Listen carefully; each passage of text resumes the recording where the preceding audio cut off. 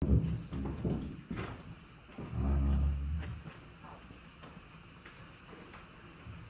제가 가는 군대 신학교 중에 한 군데에 지금 이틀 동안 이렇게 월요일과 오늘 화요일 동안 12번입니다. 12번에 이렇게 특강을 진행을 하고 있습니다. 특강을 12번에 이렇게 특강이라고 하는 것을 이렇게 마련해 가지고 매달 이제 4주와 5주에는 월화리에 특강을 하는데 밤에 10시까지 합니다. 낮 10시부터 밤 10시까지 합니다. 그래서 이렇게 12번이 특강이 이렇게 다양한 주제를 가지고 이렇게 목사님들을 경험 있는 분들을 초청해서 이걸 하고 있습니다. 왜 이렇게 하느냐 하면요, 학생이 있는 게 아니에요. 학생은 불과 낮에 2명, 밤에 1명 있어요. 이게 시작을 열었거든요. 그런데 생각해보면 12명의 특강 강사가 붙는다고 하면 생각해보세요. 이틀 동안. 이렇게 진행이 되고 있습니다. 한 사람을 키우기 위해서. 한 사람을 키운다고. 그래서 제가 우리 주관하는 목사님 보면서 정말 처음 시작할 때에 이렇게 말했습니다. 만약에 여러 군소 신학교와 같은 길을 간다면 이걸 하지 않겠다.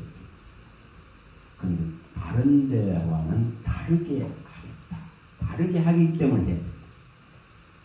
근데 정말 그걸 구상하기가 쉽지 않거든요. 그런데 그걸 진행하고 있어요. 여러분 생각해 보세요. 한둘이 앉지는 않고 12명의 강사가 이틀 동안 된다고 하시네요.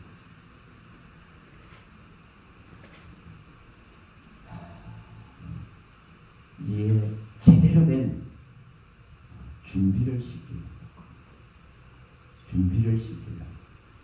그래서 저희는 가서 또 이렇게 오전에는 기도원에 갔다가 점심을 먹고 또 오후에 가가지고 그렇게 참여를 하면서 듣기도 하고 또 제가 또 하기도 하고 이렇게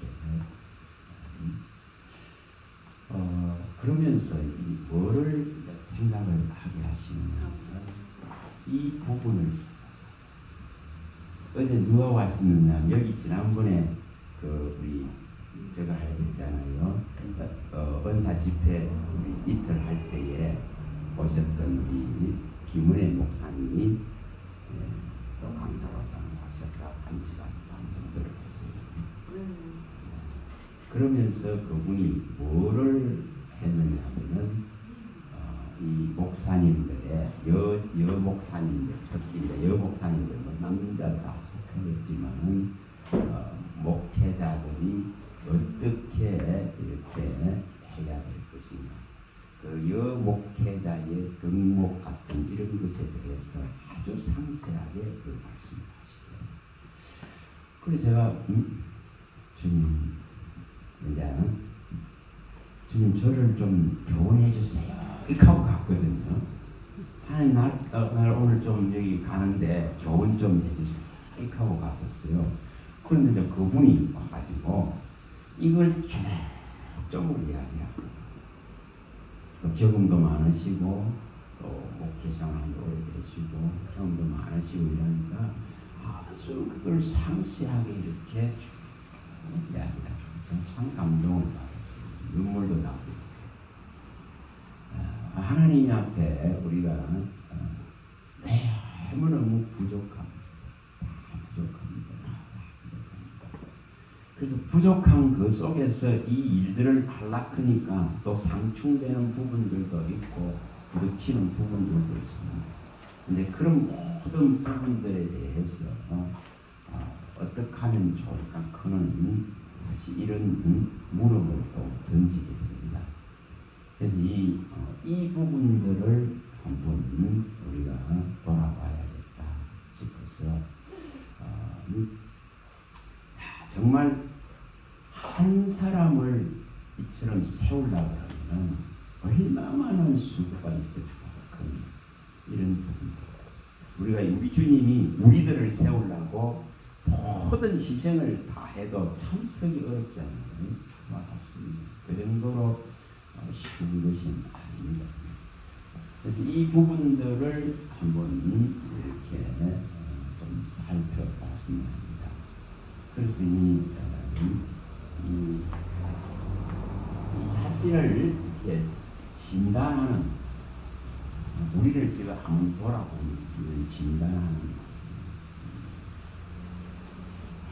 저도 이번에 또 제 속에서 이 강한 그것이 나오다가 보니까 또 자책감과 또 마음속에 참 어려움들이 있는 것을 보고, 그러니까 그런 속에서 다시 뭘 하느냐, 이렇게 해결하는 방법, 또 빨리 해결해야 되죠. 빨리 해결하고 풀어내고 또 가야 되는 거예요. 왜냐하면 이 원리는 우리가 이 이사야 42장에 나오는 이 원리 때문에, 그 목사님이 어제 뭐라 그러냐면 복음 때문에, 이 복음의 길이 안 막히기 위해서, 이 내가 복음을 가지고 있고 이 진리를 가지고 있고 예수님을 믿고 있다 하면 이 복음의 길이 안 막히기 위해서 모든 걸 양보해요. 또 모든 것을 버려야 돼요. 또 모든 것을 맞춰야 돼요. 복음이란 그런 것 때문에 우리가 이 고린도전서에 나오는 이 10장 31절에 바울이 밝힐 때에 교회의 유익을 위해서, 교회의 유익을 위해서 모든 것을 이 교회라 하는 주님의 몸된 이 교회의 유익을 위해서 하고 있습니다. 그래서 이 지금 교회의 유익, 이것은 두 가지 측면이 됩니다.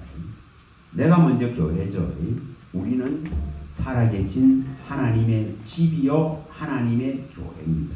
우리 자신이 먼저 교회죠. 교회다, 집이다, 그 다음에 교회다. 이걸 성경에서 다 밝혀놨습니다. 디모데전서에 3장 15절에도 밝혀놨고 히브리서에도 3장 6절에도 밝혀놨습니다. 또 고린도전서에도 우리가 잘 아시는 3장 6절에서 9절에도 이걸 밝혀놓습니다. 우리는 하나님의 동력자고 또 하나님의 봉사자이면서도 하나님의 제사장이면서도 또한 그의 집이고 그의 밭이고 또한 살아계신 하나님의 교회인 것을 밝혀, 살아계신 하나님의 교회입니다. 우리가. 그래서 이 지금 교회 때문에, 그러니까 교회에 유익되는 것을 항상 중심을 가지고 선택한다는 것입니다. 무엇이 교회에 덕이 되고 유익이 될 것인가, 이걸 가지고 모든 걸 결정한다는 거예요. 진리가 훼손되지 않고 복음이 막히지 않는 방법을 선택하는 거예요. 그러면 거기에는 많은, 또 양보할 때는 양보하고 또 절제할 때는 절제해야 되고 또 성실을 보여야 될 때는 성실을 보여야 되고 또 사랑해야 될 때는 사랑해야 되고 정오와 미움이 일어나더라도 이것을 억누르야 되고 인내하고 참아야 되는 여러 가지가 동원이 됩니다. 그래서 지금 우리가 여기에 이사야 42장 1절에서 5절에 보듯이 하나님이 우리를 분명히 하나님이 붙드는 종, 이렇게 말해요. 붙드는 종이죠. 그 다음에 하나님이 기뻐하는 종이죠. 그 다음에 하나님이 택한 종이죠. 그 다음에 또 하나님의 영을 받은 종으로서 우리 주 예수 그리스도를 이사야가 나타낼 때에 하나님이 붙들고 기뻐하고 하나님이 택하시고 영이 있는 종은 무한했으니 새하거나 낙담하되 어떤 여러 일들은 일어날 수밖에 없죠. 그러나 그 일들이 일어날 때에 새하거나 낙담하지 않는다. 우리 주님 앞에 한 발짝을 옮길 때마다 가로막는 계속 가로막고 방해하잖아요. 한 발짝을 옮길 때마다. 복음서를 보면 사복음서 보면 진짜 주님을 한 발짝 옮길 때마다 가로막히는 방해꾼들이 나오거든요. 그런데 그럴 때에 새하거나 낙담하지 않는다. 새하거나 낙담하지 않는다.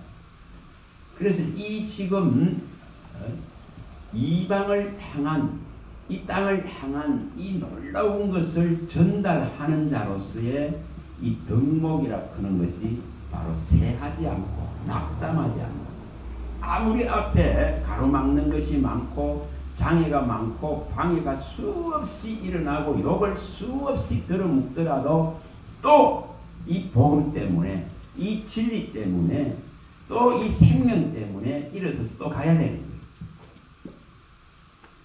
제가 과거의 실패는 뭐냐면 어떠한 문제가 일어나죠. 일어나면은 스스로 막 절망해가 주저앉아버립니다.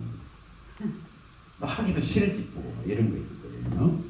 근데 지금은 감사하게도 이러한 문제가 생길 때에 이걸 배우고 그래서 하거나 낙담하면 안 됩니다. 자, 이런 상황에서 어떻게 할 것인가 주님 가르쳐 주세요. 그리고 그 해결책을 빨리 찾고 그 다음에 이제 다시 일어서서 또 가야 됩니다. 그래서 주님 용기를 내게 해주세요. 주님 용기를 내게 해주세요. 계속 이렇게 가야 되는 거예요. 이것이 복음을 들고 진리를 들고 있는 자의 모습입니다. 가야 되거든요. 왜냐하면은 이 가치가 최고의 가치이기 때문에 이 가치를 누가 무너뜨리려고 합니까? 사탄은 끊임없이 무너뜨리려고 합니다. 그래서 이것은 치열한 전쟁을 일으킬 수밖에 없습니다. 그래서 그 목사님도 그 부분을 말씀하셨어요. 피 흘리기까지 싸운다 이렇거든요. 그리고 뭐 이게 우리가 히브리서에 나오는 말씀인데 12장 4절에 나오는 말씀이죠. 너희가 아직 피 흘리기까지는 싸우지 않았다 이렇게 말씀하죠. 이 지금 우리 자신을 갖다가 연단하고 우리 자신을 순복시키고 이 하나님의 법 안으로 들어가려고 하면은 진짜 이 피 흘리는 싸움을 해야 돼요. 바울이 말했듯이 정말 날마다 죽지 않으면 안 되는 겁니다. 날마다 죽지 않으면. 그럼 예를 들어서 이렇게 막 때로는 우리가 기고만장할 때가 있습니다. 그럴 때도 있습니다. 그럼 이것을 또 하나님이 꺾어버릴 때가 있습니다. 그러면 그런 것 속에서도 또다시 일어나야 돼요. 우리가 이 로마서에 보면은 로마서에 16장 20절에 이런 거에 대해 사용하세요. 우리 사탄은 로마 16장에서 정말 사탄을 하나님께 우리의 평안을 깨고 화평을 깨고 복음에 가는 길을 가로막고 어렵게 만들려고 하는 여러 문제는 항상 대두됩니다. 그럼 그런 상황 속에서 이 지금 사탄을 발 앞에 이처럼 상하게 해달라고 하는 이 청을 하나님께 해야 됩니다. 이 16장 20절에 보면 이 사탄을 속히 이 발 앞에 무릎 꿇게 상하게 해달라. 이게 끊임없이 걸림돌은 나올 수밖에 없습니다. 어느 일에든 마찬가지입니다. 그런 상황 속에서 우리가 지혜롭게 또 아주 하나님의 인도를 명확하게 받아 나가야만이 또 문제가 해결되어지고 또한 진일보할 수가 있고 또 나아갈 수가 있습니다. 그래서 이런 말씀들을 쓰는 거예요. 이런 걸 해고 하나님 이러한 문제를 어떻게 하면은 해결하겠습니까? 그거 빨리 묻고 빨리 어떤 마음을 주면 빨리 실행하고 그래야 이것이 나중에 화가 되질 않거든요. 장애가 되질 않죠. 그러면은 또 진일보 또 한 번 나갈 수가 있습니다. 또 한 번. 분명히 하나님은 우리는 약합니다. 약합니다. 우리 많이 봤지 않습니까? 이사야서에 이 41장에 나오는 14, 15절에 이사야 41장 14와 12절에 이 지렁이 같은 야고가 이렇게 부르잖아요. 야 지렁이 같은 야고가 너 지렁이 같은 야고가 이렇게 얼마나 약합니까? 지렁이는 어떻게 합니까? 이게 가다가 밟히잖아요. 밟아버리면은 모를 때에 사실 저 함영동이나 이렇게 걸으면 있잖아요. 좀 날씨가 꾸리하면은 이 지렁이들이 나와요. 막 사람 다니는 길에. 그러면 이게 사람들이 밑을 보고 가는 게 아니다 보니까 이게 밟혀버려요. 그래서 이 지금 지렁이 같은 야고가 클 때에 얼마나 약합니까? 얼마나 보잘것없답니다. 그런데도 하나님은 내가 너의 구속자다. 내가 너의 구원자다. 내가 너를 도울 수 있다. 이렇게 말합니다. 내가 너를 도울 수 있다. 너가 지렁이 같은 이런 연약하고 보잘것없고 인정받지 못한다 하더라도 나는 너의 하나님이고 나는 너를 도울 수 있다고. 나는 너의 구속자가 될 수 있다고 말씀하는 거예요. 이걸 의지하는 거예요. 끊임없이 내 모습을 바라보면 자꾸 절망하고 자꾸 약해지고 자격지심에 빠지고 또 열등에 빠집니다. 그러나 이렇게 말씀하시는 그래 내가 지렁이 같더라도 내가 이렇게 볼품없다 하더라도 나의 구속자가 하나님이시다. 나의 그분은 나의 아버지시다. 그분이 나를 도우신다. 이것 때문에 뭐라고 말합니까? 이가 날카롭게 너를 만들어 주겠다고. 너를 이가 날카로운 타작기계로 만들어서 이처럼 앞에 산들이 있다면 얼마든지 부수게 하겠다고 말합니다. 이 원리가 그래요. 그러니까 다시 말하면 나는 지렁이 같고 나는 보잘것없고 나는 약하지만은 이분이 내 안에 있다면은 이분이 일을 하시기 때문에 나는 이분을 믿고 갈 뿐입니다. 그래서 이 원리가 우리가 적용된다면 이사야가 밝힐 때에 분명히 이사야서에 이 61장 10절에 구원의 옷을 분명히 입히시고 분명히 이 구속자가 옛날부터 아버지였고 구속자였던 이분이 이 하나님이 나의 아버지가 되고 나의 구속자가 될 것에 대한 약속을 그리고 구원의 옷을 이 공의 옷을 확실하게 입혀줄 것을 약속하거든요. 이사야 61장 10절이나 63장 16절. 이게 지금 절대적인 이분을 바라보는 제대로 자신을 뭐 한 거죠? 진단하는 모습. 그래서 때로는 낙담이 되고 때로는 또 약함 안에서 탄식하기도 하고 때로는 또 잘못된 것 때문에 제약에 눌리기도 하고 마음이 상하기도 하고 그렇습니다. 그런데 이것을 가장 잘하는 신앙은 그날 해결하는 겁니다. 그날 해결하는 겁니다. 이것이 곪도록 가지 않도록 그날 해결하는 겁니다. 그날 해결하면은 분명히 성경에서 밝혔듯이 우리가 에베소서 4장 26절부터 밝힌한 내용들이 보면 에베소서 이 4장 5절부터 32절까지 이렇게 밝혀놨을 때에 말씀하는 내용이 그래요. 정말 세상에는 여러 일들이 있습니다. 분노할 일도 있고 마음을 상할 일도 있고 여러 있습니다. 그러나 분명히 말씀할 때에 이 분을 해지도록 품지 말라고 왜 그렇게 말씀하시냐면은 이게 죄로 가기 때문에 계속 품고 있으면 이게 죄로 가고 되고 이게 미움이 되고 이게 시기가 되고 이게 질투가 되고 이게 나중에 화가 되고 이게 또한 내 영혼을 상하게 하고 내 몸에 질병을 일으키고 스트레스가 전부 질병이 됩니다. 그래서 이것을 이런 일이 일어나지 않을 수는 없다. 그러나 이런 것이 일어났을 때에 빨리 해결하라는 것입니다. 왜냐? 그리스도가 나를 용서하신 같이 또한 용서하고 수용하고 관용하는 것을 화평할 것을 빨리 선택해버리는 것이 가장 빠른 방법입니다. 빠른 방법.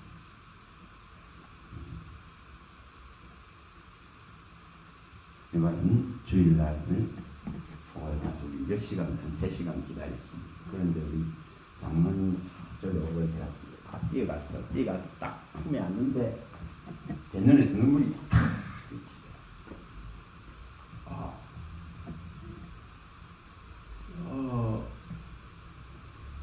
이 모든 사람이 다 자기가 해결하지 못할 아픔을 다 안고 있습니다. 정말 다 안고 있거든요. 절대적인 하나님이 계시고 전능한 하나님이 계시고 얼마든지 해결해 줄 하나님이 계시지만은 이것이 제대로 안 보일 때는 참으로 가장 어렵습니다.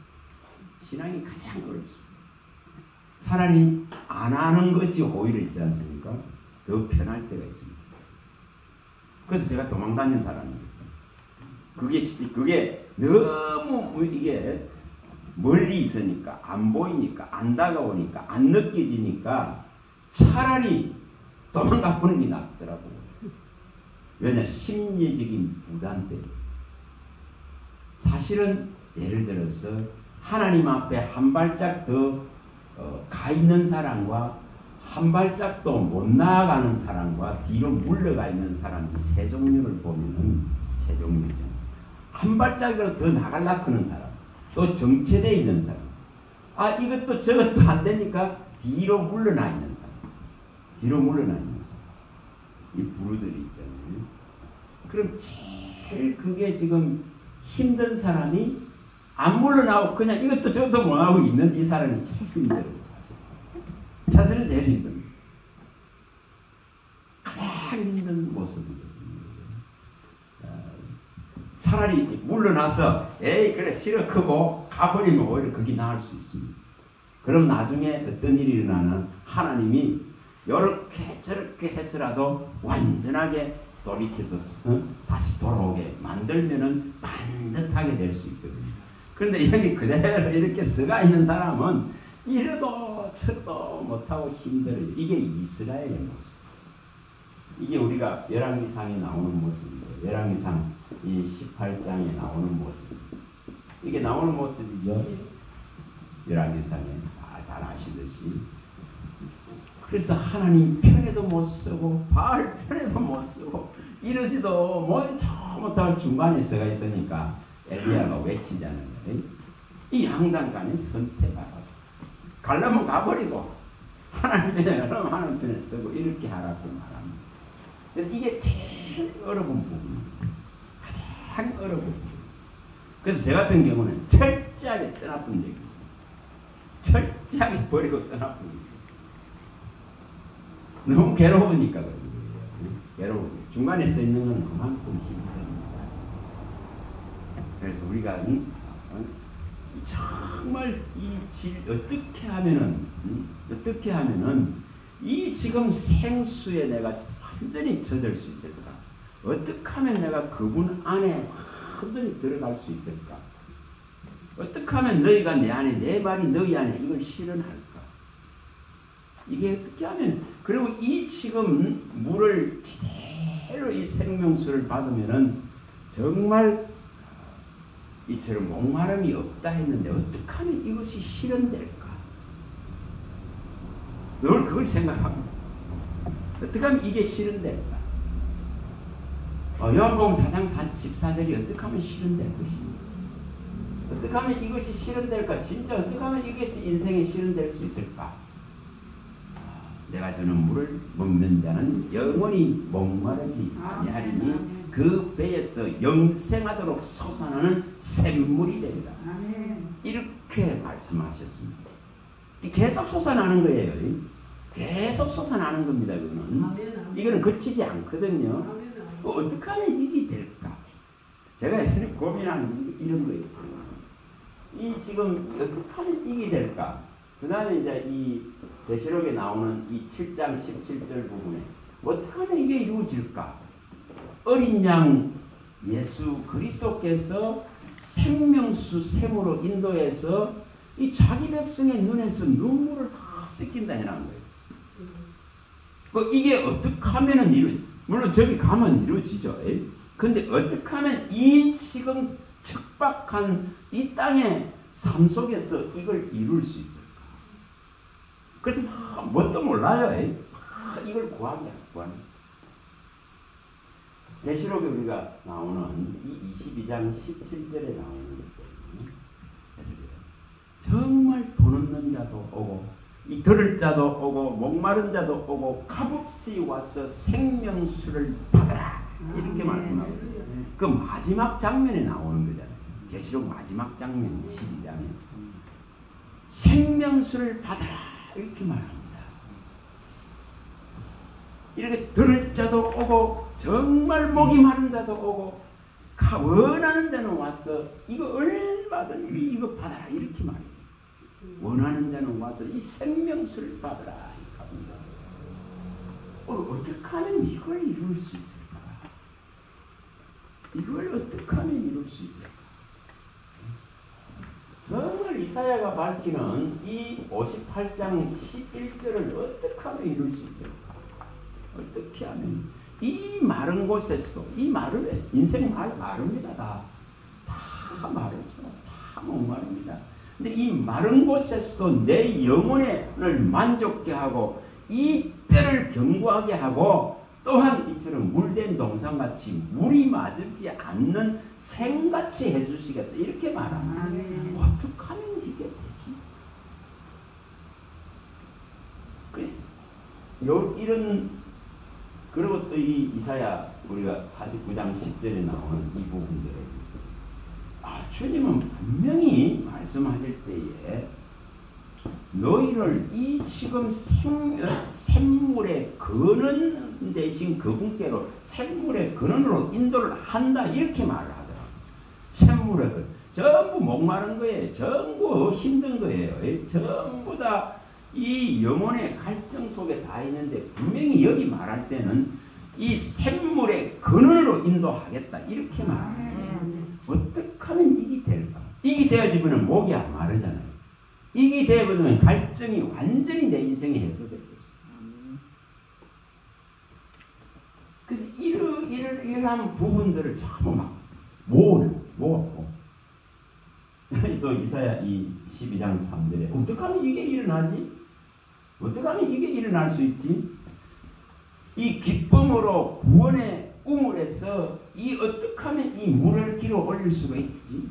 이건 기쁨으로 구원의 우물에서 물을 길어 올린다 이렇게 설명하고 있거든요. 이 구원의 우물은 마르지 않는다고 말하는 거죠. 그래서 여기서 계속 기쁨을 가지고 계속 이 생수를 끌어올릴 수 있는 원리를 말합니다. 그래서 어떻게 하면 이것이 이루어질 수 있습니까?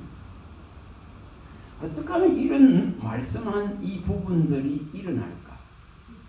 진짜로 어떻게 하면은 우리가 에스겔서에 일어나는 47장 1절에서 12절이 어떻게 하면 내게 일어날 수 있을까? 에스겔서에 나오는 게 어떻게 하면 내가 그 참이란 하나님의 성전에서 나오는 이 생명수에 온전히 잠길 수 있을까? 이 자유를 어떻게 하면 내게 이룰 수 있을까? 이런 것을 성경에 기록해 놨을 때는 그만큼 우리들에게 목마름이 많고 우리에게 아픔이 많고 괴로움이 많고 힘든다는 거죠. 근데 이걸 능히 해결해 주시겠다고 이렇게 말하고 있는 거예요. 이 부분들을 해결하시겠다고 말하고 있는 겁니다. 제가 참 그 성경을 보면서 진짜 어떻게 하면 이런 것을 이제 이룰 건가 이런 부분입니다. 제가 어느 날 이 34장을 보는데 이 진짜 이게 강력하게 들어왔어요. 에스겔 34장 15절. 이 하나님께서 자기의 이 양떼에게 신이 목자가 돼서 푸른 초장에 이처럼 누워서 쉬게 하겠다 하는 이 약속이더라. 어떻게 하면 내 인생에 이게 일어날까? 푸른 초장에 하나님이 목자가 돼서 신이 목자가 돼서 푸른 초장으로 인도해서 이 누워 있게 하실 수 있는 이 원리는 도대체 뭘까? 이것을 약속하고 있다. 하나님이 친히 목자가 되겠다고 약속합니다. 어떻게 하면 이것이 일어난다는 거지? 그래서 이사야도 이것을 말씀을 하고 있더라고요. 어떻게 하면 이것이 일어난다는 거지? 어떻게 하면 이 부분이 이루어지는 거지? 근데 앞에 그걸 설명을 할 때에 여러 지도자가 오고 여러 목자가 왔는데 이 목자들은 전부 다 양을 유린하고 양에 있는 것은 다 빼앗아 가는 자들이었다고.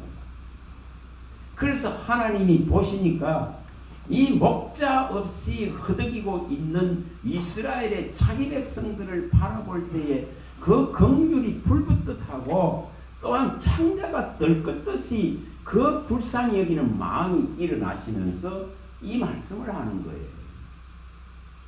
내가 친히 내 양의 목자가 되겠다고 말합니다. 그리고 이들을 푸른 초장으로 인도해서 완전한 쉼을 주겠다고 약속을 합니다. 이것을 실현하기 위해서 예수님을 보냈죠. 진짜 목자를 보낸 겁니다. 진짜 목자. 그래서 이 말씀이 있잖아요. 너무 강하게 들어왔었어요. 어떻게 하면 이게 되지? 이겁니다. 어떻게 하면 이게 내게 일어날까? 내게 일어날까? 어떻게 하면 이게 되어질까? 어떻게 하면 이처럼 이 지금 땅에서도 이 환난 많고 공고함이 많고 괴로움이 많으면 이 땅에서도 이처럼 주님이 인도한 그 속에 초장에 누워서 붙들고 있는 그 모습이죠. 우리가 이것은 시편에 그대로 나오잖아요. 65편에 그대로 나오지 않습니까? 시편 65편 이 9절에서 12절에 13절에 여기 보면 다 나오지 않습니까? 그대로 나오죠. 이게 65편에 여기 4절부터 보면 정말 주님의 뜰에 거하는 자는 복이 있거든요. 주님의 성전의 성소에 거하는 자는 다시 말하면 그의 안에 그가 진짜 성소잖아요. 성전이잖아요. 내가 그 안에 저의 성전 안에 그의 성소 안에 그가 또한 나를 성전 삼아서 그가 또한 나에게 와 계신 이 관계가 만약에 제대로 이루어진다면 분명히 하나님의 강에 이 많은 물을 내 밭고랑과 일항에 되어주시고 넉넉하게 되어주셔서 이렇게 모든 밭에 그 흙들 있잖아요. 이것을 단단하게 겨울에 굳어있는 것들을 참 부드럽게 해준다고 했거든요. 아주 부드럽게 하셔가지고 이 물들을 잘 흡수하는 아름다운 토양이 되게 한다. 그 다음에 거기에 분명히 하나님 뭐 합니까? 한 해 동안 이 지금 관을 씌우시면서 이 복락의 길을 열어가시는 거예요. 그럴 때에 골짜기에 이제 양떼가 가득하고 이 초장에 양떼가 가득하고 곡식이 가득하게 된다 이렇게 말하고 있어요. 이걸 노래하고 있거든요. 어떻게 하면 이게 되지? 어떻게 하면 이게 되지? 그래서 기도할 때 하나님의 강에 이 지금 마르지 않는 이 지금 하나님의 강에 있는 이 물을 내 밭고랑에 좀 내주세요. 내 밭고랑에 좀 내줘.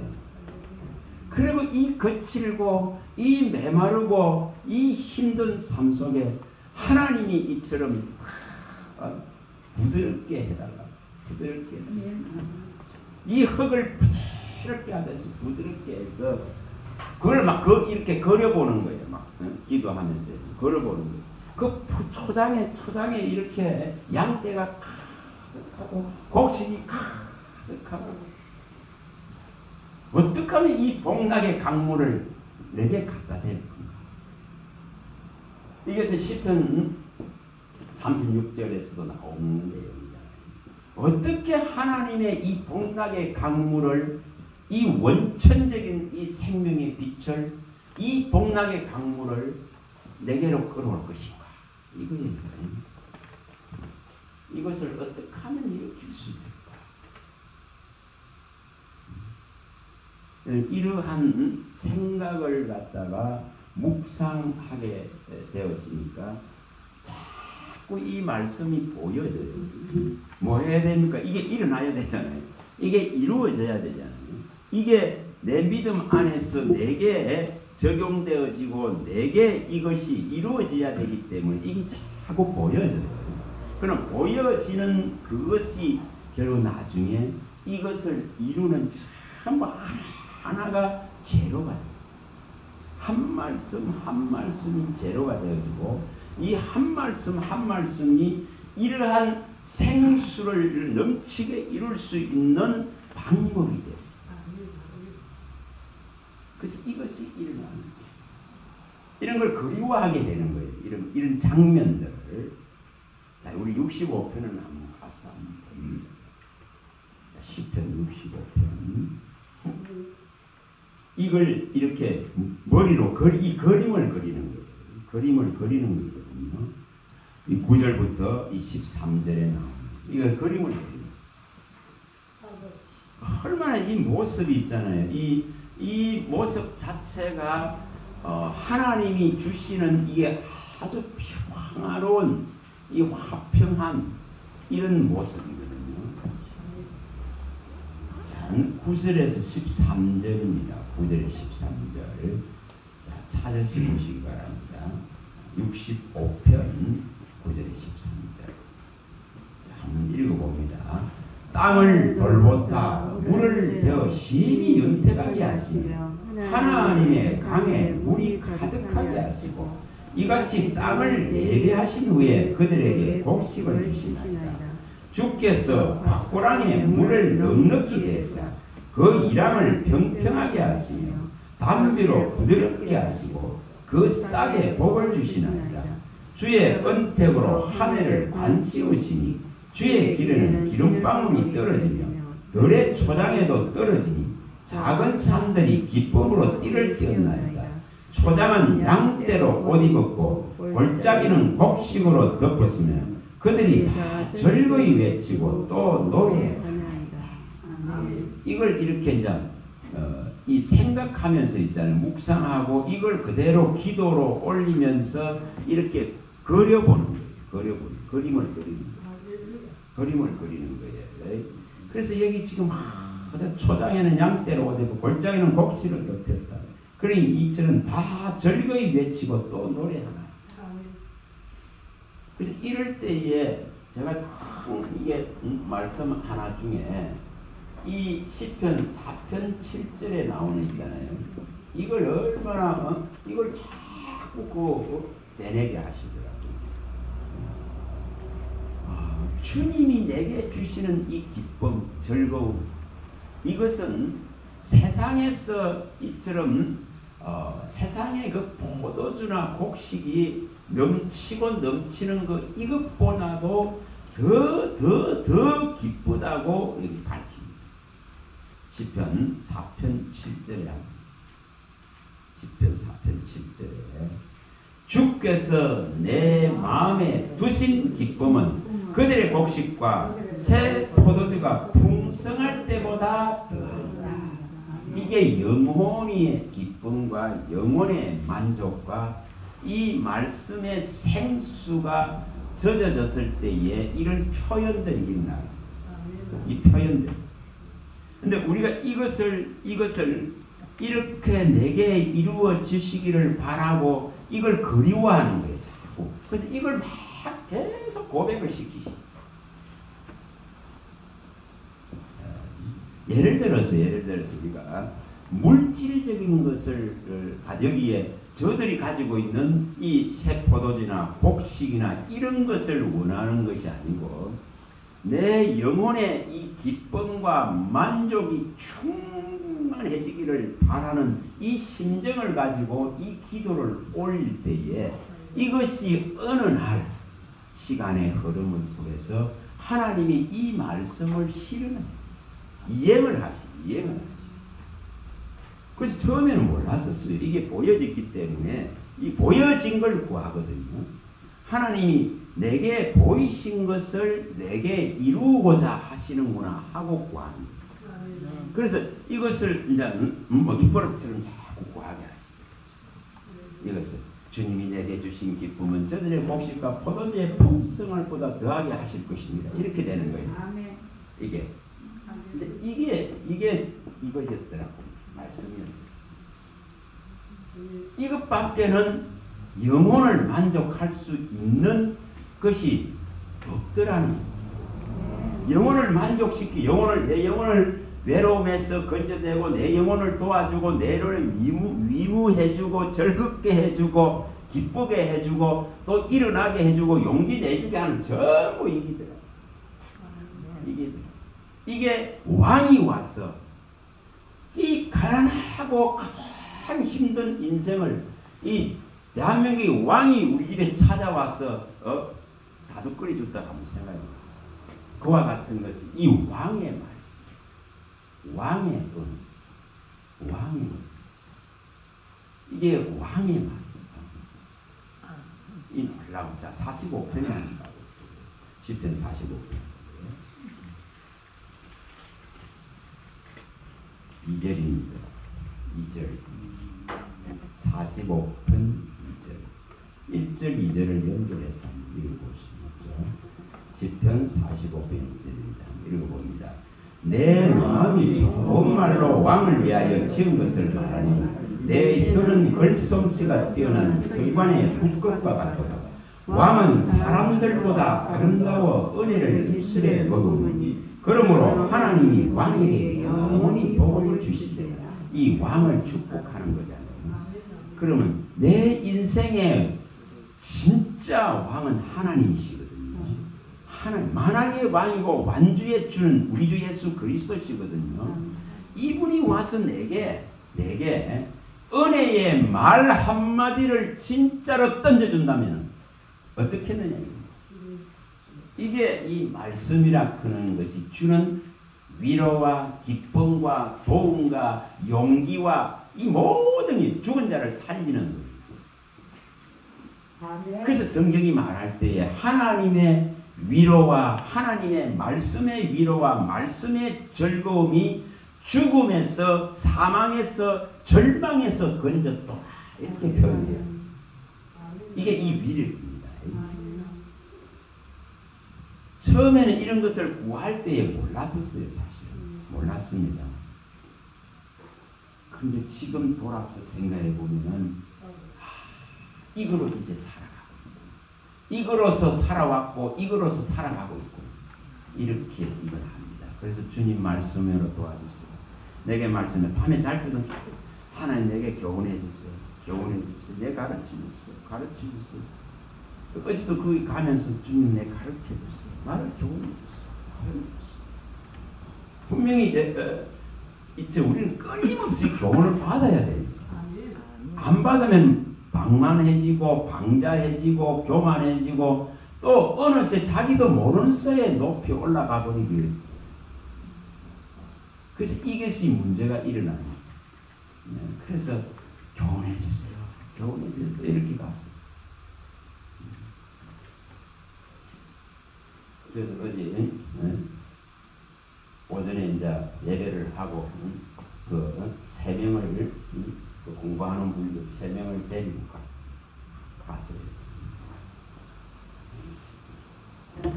집에 오니 거의 10시가 돼요. 밤 10시가. 주님께 정말 뭔가를 받으려고 하는 중심이 되는 있잖아요. 계속 가르치시거든요. 이거 잘못됐다. 이것은 잘못됐다. 이것은 또한 맞다, 틀리다. 이것이 우리가 이사야서에 나오듯이 이게 정확하게 이것이 하나님을 구원할 수 있는 능력이 있습니다. 좌로나 우로나 치우칠 때에 너의 기에 대고 아니야 이 가보시면 너의 기에 대고 이 일이 바른 길이야 하고 말씀해 주신다고 약속한 이 일이 일어납니다. 그럼 이것은 교훈을 받고자 하는 하나님이 나의 왕이라 하는 것을 인정할 때 이 일은 계속됩니다. 이것은 계속 되어집니다. 누구 소리를 들어도 이게 인정되어집니다. 분명히 인정되어집니다. 그래서 이런 것을 제대로 받아낼어야만이 절제할 수 있고 또 질주하는 것을 질주하는 걸 멈출 수 있는 거예요. 질주하는 걸 멈출 수 있는 거예요. 그래서 제가 우리 민수기에 몇 분 여기서도 9장 22, 23절을 몇 분 봤습니다. 참 사람은 언제든지 앞서 나가고 싶은 욕구들이 다 있거든요. 그런데 이것을 늘 생각해. 저는 이걸 늘 생각하게 하시더라고요. 이것을 예전에 보이시는데 그래서 이것을 늘 생각해. 왜냐면 막 나가고 싶거든요. 그렇죠? 그런데 이틀이든지 한 달이든지 1년이든지 여기 머물러 하면 거기 머물러 있고 다시 행진하라 하면 행진해야 되고 다시 직임을 따라서 직분을 지키는 이 영을 수행해야 되는 걸 말씀합니다. 그래서 구름이 떠 올라야만이 유진하는 거예요. 갈 수 있는 거예요. 움직일 수 있는 거예요. 이걸 말하더라고요. 이게 하나님을 인정하는 믿음의 모습입니다. 그래서 이게 답이다. 그러면 아무리 힘이 들어도 1년이고 2년이고 있으라 하면 있어야 되는 거예요. 목사님이 뭐라고 말씀을 하냐. 여 목사님들에게 교훈을 주시려고 교회를 하게 되면 가장 먼저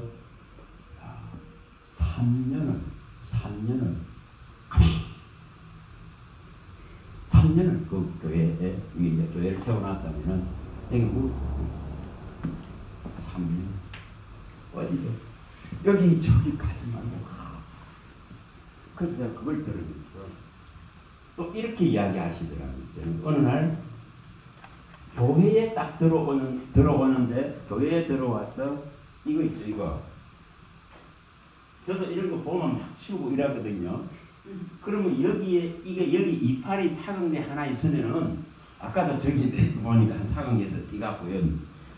이걸 이렇게 띠갖고 이렇게 엮고 하셨다 하더라고. 목사님이 김은혜 목사님 그래 하나님께서는 쉽게 말하면 너는 왜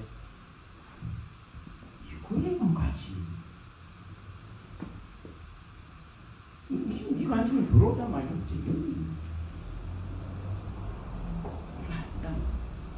이게 아니다고 가지. 참 우리가 생각하면 다르죠. 우리 인간이 생각하는 것과 하나님이 생각하는 것은 그래서 다릅니다. 진짜 다르다. 우리 생각에는 들어오면 이게 눈에 거슬리는 게 보이면은 이거부터 해결해야 되는데 주님은 왜 가라지를 놔두라 하셨어요? 가라지 놔두라 했잖아요. 가라지 놔두라 했잖아요. 그 애를 먹이고 썩을 썩이는 일들이 일어나더라고. 놔두라. 언젠가는 그들도 하나님의 사랑을 입고 긍휼을 입으면 살아날 수 있습니다. 알고 될 수 있는 희망이 있고 또 가능이 있는 거죠. 그래서 이 교회를 가면은 앉아서 이걸 3년을 하라고 이야기하더라고요. 근데 저는 성경에 딱 보면 여기에 자 이거 한번 찾아보면 여기 출애굽기 29장 30절 정말 이게 일어날 수 있습니다. 이게 일어날 수 있는 거죠.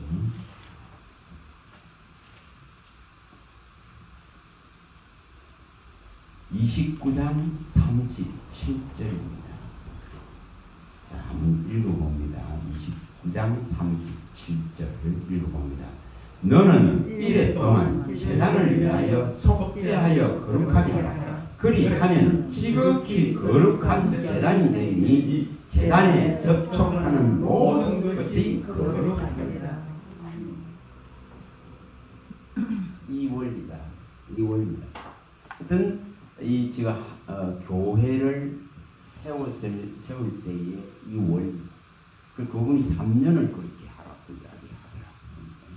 근데 이렇게 이 원리, 7일 동안 이처럼 제단을 위하여서 속죄를 한다면은 이처럼 이 제단이 거룩하게 되어져서 오는 사람들이 접촉되는 사람들에게 이 거룩함이 일어날 수 있는 이 원리. 근데 여기 7일이라 한 것은 하나님이 원하는 완전한 시간이겠죠.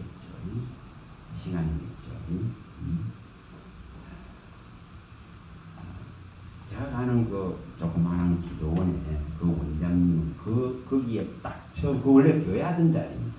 들어갔을 때에 뱀이 하나님께서 보이는 뱀이 막 홀홀하더래요. 교회 자리입니다. 교회 했던 자리. 그런데 그 자리에 그렇게 더럽혀져 있는 거예요. 그래서 뱀이 홀하는데 이걸 청소하라고. 그래서 이 40일 동안 기도하는 것을 이게 깨끗해질 때까지 그 자리가 깨끗해질 때까지. 그래서 이분은 기도할 때 이렇게 말합니다. 하나님 여기에 공기, 이 공기도 사르다가 이렇게 이 40일을 갖다가 계속 하는데 금식하면서 기도하니까 이게 청소해요. 이게 이 원리죠. 이 원리. 이 제단을 위하여서 7일 동안 속죄하고 나면은 여기에 어서 붙는 사람들에게 하나님의 거룩함이 임재되어질 수 있는 이 원리. 그래서 어제 그 목사님도 그걸 3년을 그런데 저는 이런 말씀이 생각납니다. 여기 기록된 말씀이기 때문에. 그래서 이렇게 할 때에 이게 새로운 부흥이 시작됩니다. 이 하바국에 나오듯이 하바국 3장 1절 2절에 나오는 이 원리입니다. 자, 하바국에 하바국 3장 하바국 3장 1절입니다.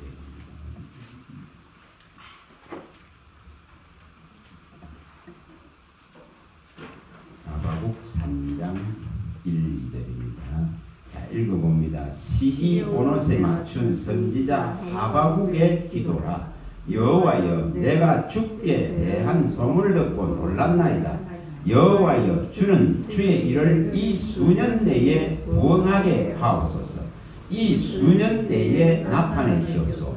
진노 중에라도 긍휼을 잊지 마옵소서. 자, 여기에 하바국은 하나님의 이스라엘의 이 참혹한 현실 속에서 이 지금 전쟁의 혁혁한 소리와 위험 속에서 왜 하나님 이렇게 합니까? 크고 그 뜻을 알고자 물음을 던졌을 때에 이제 주님의 그 답을 듣고 놀라우는 겁니다. 반드시 하나님은 이처럼 주의 일을 수년 내에 일으킬 것이다. 수년 내에 다시 회복시킬 것이다. 수년 내에 나타내실 것이다. 수년 내에 그분이 긍휼히 여기시고 이렇게 세울 것이다. 하나님 자녀이기 때문에 하나님이 선택했기 때문에 이것에 대한 희망을 이제 놓여요. 처음에는 왜 하나님이 계신데 왜 이스라엘이 이 모양입니까? 이렇게 물음을 갖고 나갔거든요. 근데 나중에 이 답을 끌어냅니다. 그러면서 우리가 잘 아시는 되게 3장 16절에서 18절 읽어봅니다. 16절에서 18절 이 답을 끌어내죠. 내가 들었으므로 내 창자가 늘렸고 그 목소리로 말미암아 내 입술이 떨렸도다. 무리가 우리를 치러 올라오는 환난 날을 내가 기다림으로 썩이는 것이 내 뼈에 들어왔으며 내 몸은 내 처소에서 떨리는도다. 비록 무화과나무가 무성하지 못하며 포도나무가 열매가 없으며 감람나무에 소출이 없으며 밭에 먹을 것이 없으며 우리의 양이 없으며 매양간에 소가 없을지라도 나는 여호와로 말미암아 즐거워하며 나의 구원의 하나님으로 말미암아 기뻐하리로다. 지금 이 답을 끌어냅니다. 이처럼 지금 재앙의 소리가 가까우니까 이게 뼈가 이처럼 뼈에 들어와서 이처럼 이 썩는 이 상황으로 떨리고 썩는 이 창자가 떨리고 썩고 이처럼 두려움에 뜨는 이 상황인데도 이렇게 이 답을 깨닫게 됩니다.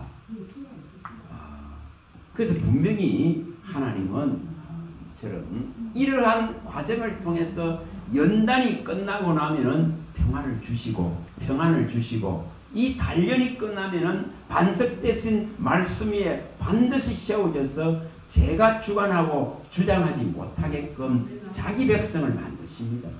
자기 자녀를 이처럼 정확하게 키우십니다. 그래서 이것을 바라보는 거예요. 그래서 우리가 여기 한 사람이 이 재단이 나의 한 사람의 이 지금 행위와 또한 여기 와서 간구하고 기도하고 하나님을 바라보는 이거로 말미암아서 이 재단이 거룩해질 수만 있다. 그러면 또 다른 사람이 와서 그 거룩을 입을 수 있습니다. 이것이 히브리서에 나오는 9장 22절에 옵니다. 자, 이거 한번 봅니다. 히브리서 9장 22절. 히브리서 9장 22절에 누가 이러한 희생을 교회를 위해서 할 것이냐의 문제죠. 자, 여기에 19절부터 18절부터 읽어봅니다. 18절부터 22절까지를 읽어봅니다. 이러므로 첫 언약도 피 없이 세운 것이 아니니 모세가 율법대로 모든 계명을 온 백성에게 말한 후에 송아지와 염소의 피 및 물과 붉은 양털과 우슬초를 취하여 그 두루마리와 온 백성에게 뿌리며 이르되 이는 하나님이 너희에게 명하신 언약의 피라 하고 또한 이와 같이 피를 장막과 섬기는 일에 쓰는 모든 그릇에 뿌렸느니라. 율법을 따라 그의 모든 물건이 피로써 정결하게 되나니 피 흘림이 없은즉 사함이 없느니라. 자, 지금은 얼마나 좋습니까? 그 당시에는 이렇게 짐승의 피를 써야 됐지만 지금은 언제든지 부를 수 있는 우리 주 예수 그리스도가 계시고 그분이 흘리신 그 피와 물과 또 우리에게 와 있는 성령으로 말미암아 언제든지 이처럼 거룩하고 깨끗함을 입을 수 있는 완벽한 길이 열려져 있습니다. 이것을 이룰 수 있다. 이것을 이룰 수 있다. 모든 물건이 피로써 정결하게 된다고 하셨으니까 그 값없이 주신 예수의 이 피가 흠없고 점없는 거룩한 예수의 피가 이 재단에 뿌려질 수 있으면은 내 한 사람으로 말미암아 제대로 뿌려진다면은 그분의 임재가 있다면은 우리는 여기에 접촉되는 모든 사람이 이 영향을 입을 수 있습니다. 거룩을 입을 수 있습니다. 그것이 속죄의 제단이다. 이것이 일어난다. 이것이 일어난다. 우리가 이런 것을 열망하고 이런 것을 찾아내고 또한 이것을 원하고 바라고 이룰 수 있길 바랍니다. 당시에